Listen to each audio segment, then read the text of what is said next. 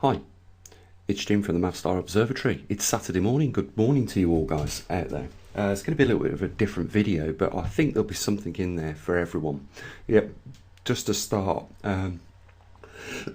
excuse me, we're looking at a fractal pattern, and there's a good reason for that. We'll get into it in a little bit.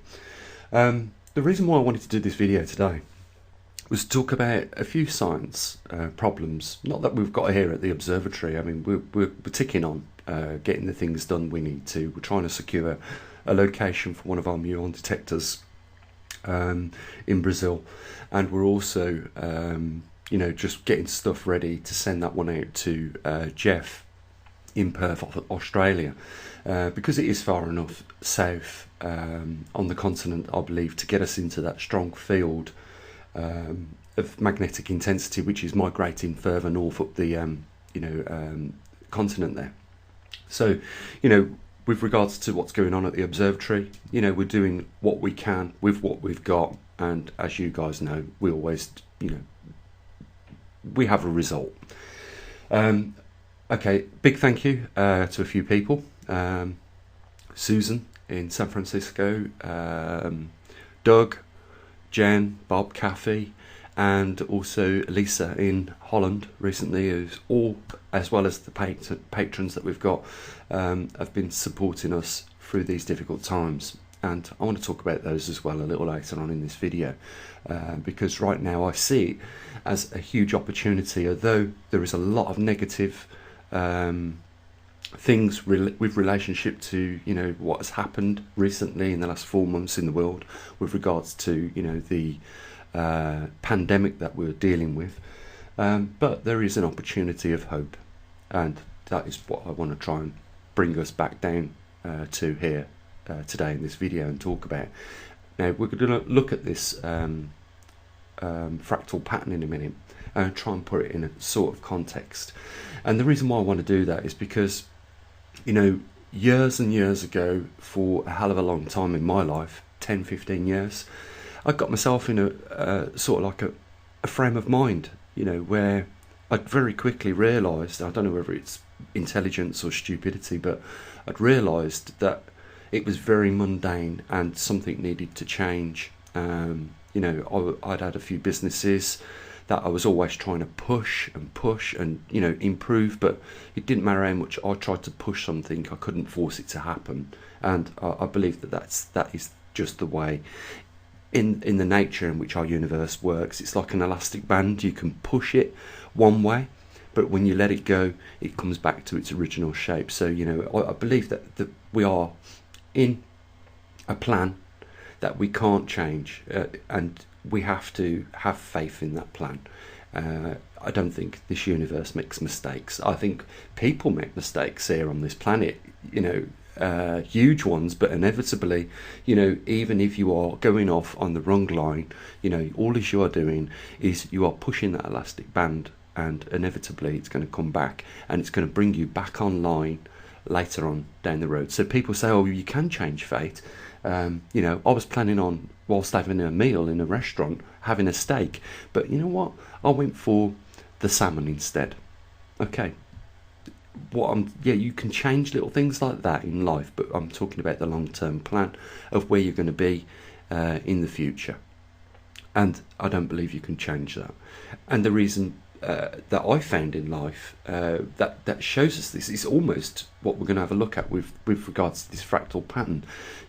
If you imagine our universe like this fractal pattern, we can just start, if I just start to zoom in on this so we can get going with it at least. What we find is that the initial shape that we started off with starts to repeat itself. Anyone that's seen fractal patterns will recognise that this is why they're called fractal patterns, because if you keep zooming in on these objects that we start with, you just find that they repeat and repeat and repeat. If you look in our universe, you see that is exactly the same case. We see a lot of the things that are the same, and if we start to pull the universe to bits, we can identify, if we want to, as just two things: dielectrics and conductive materials. And if you want to just leave it at that, that's all you need to understand about our universe, is that it is um, building with those two simple blocks. If you want to go a little bit more into detail and have a look at the the periodic table, you can pull it apart a little bit more, and we can keep doing that by pulling. If we then examine atoms, we can pull them apart, and we find inevitably the same thing. That's why I say it doesn't matter. When you pull these atoms apart, you're going to end up with conductors and dielectrics. And that seems to be the basic building blocks of our universe. If you want to start putting things back together again from those subatomic particles, what you're going to create is a hydrogen atom. If you go a little bit more in the complex building, you then create helium, lithium, and then so on, so forth throughout the periodic table. But I think sometimes, guys, we just have to have a little bit more faith in the universe. It is obviously following a plan, just like this fractal pattern is following a complex program.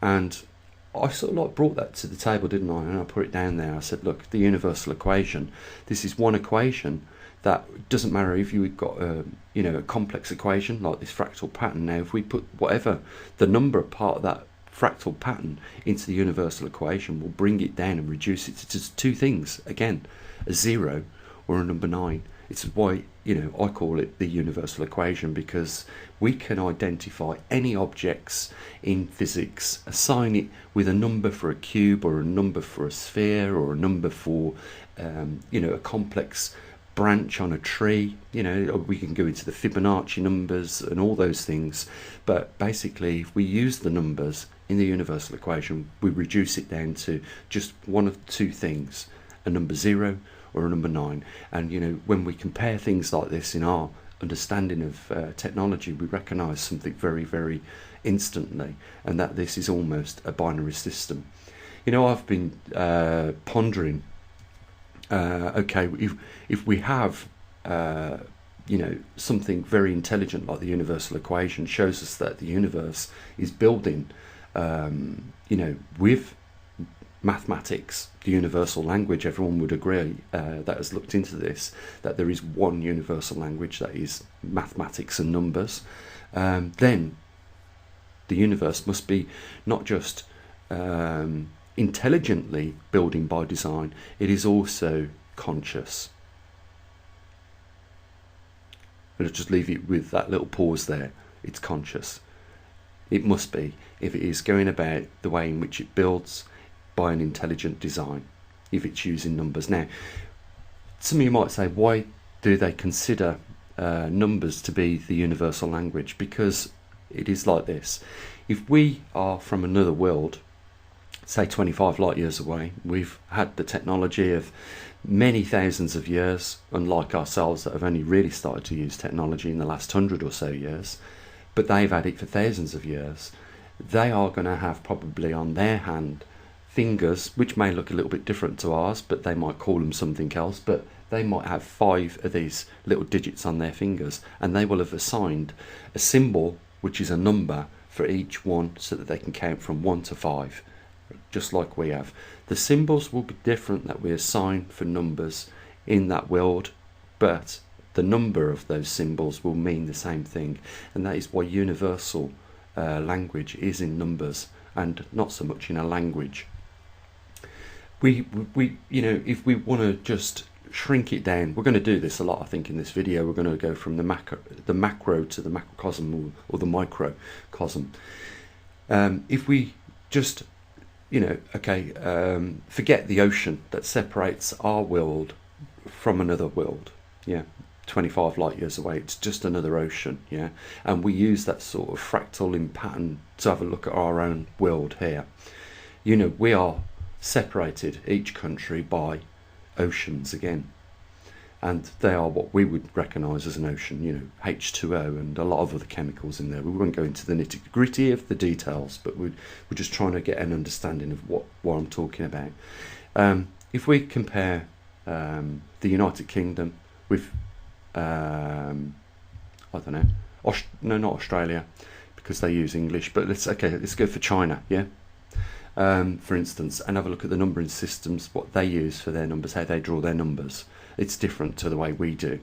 And and that is, you know, what I'm trying to say to you guys here is that it's just a matter of how much you broaden your horizon. You know, you're going to see the same things repeating, just like we do when we start to go into this fractal pattern. We start to see, you know, repeat itself.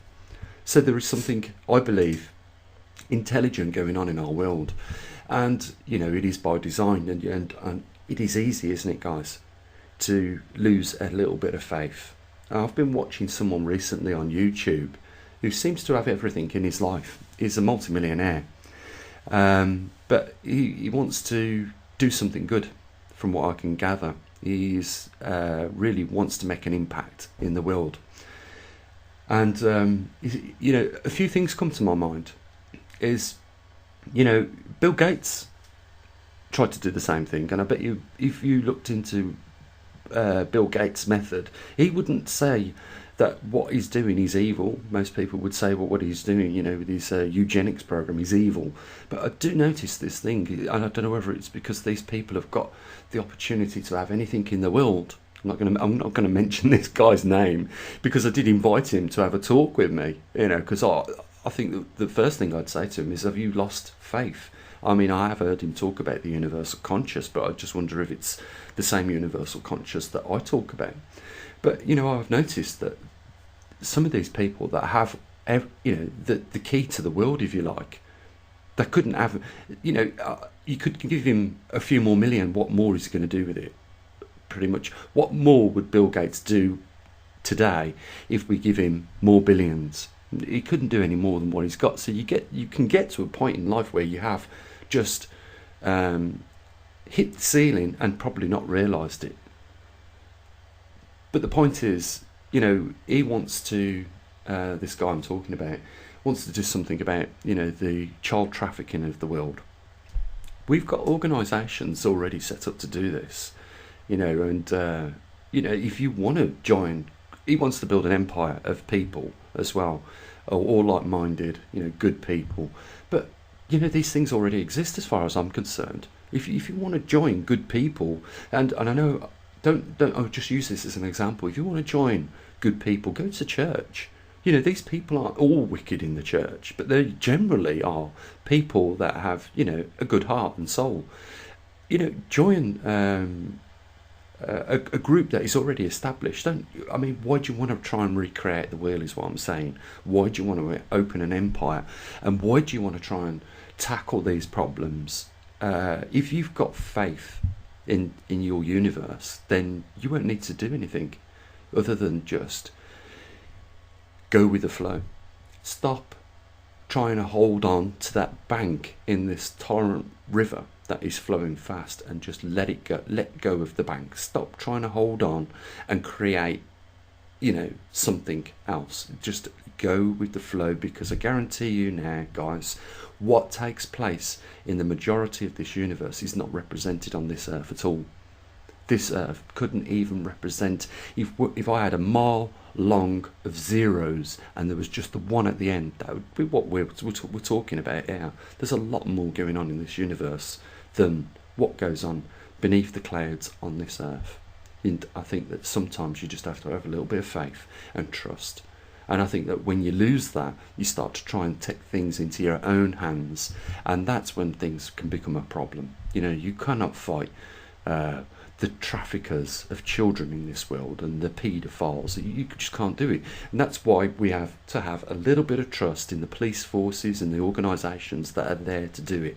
They might not be doing an amazing job, or, you know, it might not be to your standard that you think, you know, that is an acceptable effort. But, you know, the organisations do stop these things happening, and there are organisations already with the billions of pounds or millions of pounds that the governments are pumping into these organisations within the, you know, the governmental authorities are trying to deal with these problems. We know bad people are a part of governance globally. We know that, but I have to have, guys, I have to have a little bit of faith that there are also good people out there in these departments that do believe the job they're doing is well worth and is achieving results. Now, we know that you know, if we go back, I'm not going to mention names, but there has been some entities that have been in power in America, in the UK, where they have been involved in large drug trafficking. But at the same time, we have organisations that are part of the government departments that do handle drug trafficking. So, you know, they do. And they have recently, watching one of the COVID-19 reports that the government have been regularly putting out there, they have noticed a rise in crime with regards to importing drugs into the country. They managed to seize a total of 1.7 tonnes. I know one part of that was a large amount of cocaine. So what I'm saying is, you know, we don't need to set up our own organisations to do this. We just have to have a little bit more trust in the organisations that are already there to do these things, and, you know, get on with our own lives. You know, we've got our own little part to play. Just like if we keep zooming in and zooming in and zooming in on this fractal pattern, we will find eventually on one of these little strands, you know, if we go deeper and deeper and deeper enough, we will find our own part in this plan. That will be us on the end of one of these tiny little things, but we would have to go well beyond, you know, what the capability of this computer would be to find that at the end of that zero, that one, at the end of that mile long zero, to find ourselves in this plan. But I guarantee you, we are definitely in the plan, and we could keep zooming in, and, you know, eventually we would find just that one little tiny dot that represents ourselves. And the important thing is about this, guys, is that if I didn't exist in this plan, and if you didn't exist in this plan, then this plan would break down. This fractal pattern couldn't be a fractal pattern anymore, because there'd be missing pieces out of it. So a couple of things. We are part of the universal plan, in my view, and we are just as very much important as any other part of this universal fractal pattern, or part of that pattern. You know, if you remove one part of it, the pattern breaks down.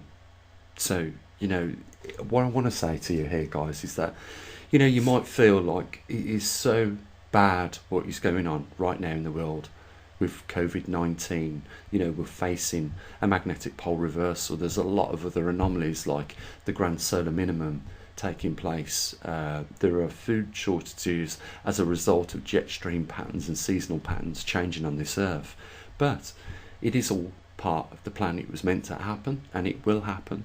And, you know, you've just got to go with it. I did ask people, you know, that a lot of the people in this world at the moment, 90% of them, have either been floored or laid off, and they've got a bit of time to themselves. And I think you should afford yourself a little bit of time just to think about other things that happen, not just, you know, like we usually do. Get up, get ready in the morning, get your breakfast, go to work. You know, that clockwork life. What we've got an opportunity at the moment is to think about other things other than just that clockwork, you know, purpose in our lives. And that might be for a reason, guys. There's got to be a reason why just one country wasn't affected with this pandemic, and that it affected the whole world. You know, things have an opportunity to change direction. We may have stretched that elastic band as we've been going on over the last 20 years to the point now where it's going to bring us back online. You know, the elastic band's got to get released, and we're going to find ourselves back on the path of where we were supposed to be originally. That could be the opportunity that we have got right now. But I think, you know, we have to have a little bit of faith and trust in the universe, because we are, like I've tried to explain to you guys, we are very much part of it. And you are in that plan, I'm in that plan, and, you know, that plan has been executed millions and millions of years ago, and there has been no mistake at all in the plan to date. So we have to have a bit of trust. You know, consciousness is a real unique thing. You know, I think it is like a heavenly gift for us all to have. We just need to apply it sometimes. You apply your consciousness to, you know, your life and the people around you, and you're going to find that there's going to be at some point an alignment. And I just wanted to bring that with you guys. So as we zoom back out this fractal pattern, we start to find the bigger picture. And when you're looking at the bigger picture from a distance, it's not easy to work out what's going on, but that's the way I see where we are in our universe at the moment. Now, we do make mistakes, guys. I've got to say that we make some real critical mistakes, even in science today. You can't believe everything you see. There's a lot of scientific laws that were laid down in science that we were supposed to trust in, but they're changing. Another thing that changes is how we interpret one thing, and then at a later date we look at it again and we interpret it again. I'll give you a good example. There's some problems in science that even with the amount of money that we've invested into it, have to change in the future. For one, our sun isn't a nuclear furnace. It isn't running on fusion. If it was, where are all the neutrinos that are byproducts of a nuclear fusion? Where are all the neutrinos? So, our sun isn't converting, like they say, hydrogen into helium and, spitting out neutrinos, because we can measure neutrinos coming off the sun. There just simply isn't enough neutrinos coming off the sun to say that nuclear fusion is what's running it, because there'd have to be a hell of a lot more neutrinos. So, even our understanding of that thing that we've been watching rise up on the horizon and set on the horizon every single day, we don't even know about it. And, another thing, why, if that's the case, are businesses that are using trillions of pounds worth of taxpayers' money all around the world to look into the technology of fusion reactors, and we are pumping trillions, guys, into that. There is a huge fusion reactor being built right now, and they've already found that in order to get close to where they want to be, they have to increase the temperature 100 times more than what we see on the sun, that we've measured on the sun. So that tells us that you're already going down a road which is going to lead to errors. You're not going to achieve your fusion reaction by that, because first of all, it was like you had numbers going into this equation that were wrong to start with. You're going to get numbers coming out of this equation that are wrong to end with. We need to rethink things, and I think science is good, because real science is taking things apart and exploring what it is you've got. And when you've got a good foundation of what you've got in front of you and you understand it, then you can apply the science with that. One of the things I want to do is, I've had on the back burner for a long time. I mean, I've got a few things on the back burner at the moment, a few projects which I'm now starting to get finished. We've got a couple of muon detectors ready to go out and answer that question about the South Atlantic anomaly. How much protection do we get in a strong field compared to a low field? Right, we've got that part smashed. We are still in the process of 3D printing now some parts off to finish our cloud chamber, and I'm slowly freeing up the project list. And I've got the laser project, the laser communicator, which I want to finish at some point this year. And the other one I want to do is start going back into looking at gravity, because we can break it down. We can say it's a graviton, a solid particle, or it's a wave, a gravity wave. But nevertheless, I want to try and beat it. And what I mean by that is, I've got some pretty good ideas based on some research that was done a long time ago, and to me it makes very, very good scientific soundness. And at some point I'm going to look into that. And wouldn't it be great if, I don't know, would it be great if we discovered and just give it out there freely to everybody, the knowledge of anti-gravity? I'm pretty sure that off the back of just anti-gravity we could have free energy. Can you imagine lifting a lead ball that weighed 100 pounds into the air with hardly any energy, and then letting it go on a chain that drove, just some simple wheels which turned a motor and produced electricity. That's how easy you could generate free electricity from, the technology of anti-gravity. But not only that, is that, we would have a vehicle then which would allow us to leave this Earth and start exploring more of the moon, more of other planets in our solar system, and it would also mean that we could take up vehicles the size of submarines and the same weight as submarines, and we could therefore live on those submarines with propulsion, which would travel, for tens of years if we wanted. We've only got to take it to the next step once we get that level of technology, and then start thinking about propulsion, which can accelerate us up to massive speeds very quickly, and we can shorten those distances, or that little trip across the ocean which goes 25 light years.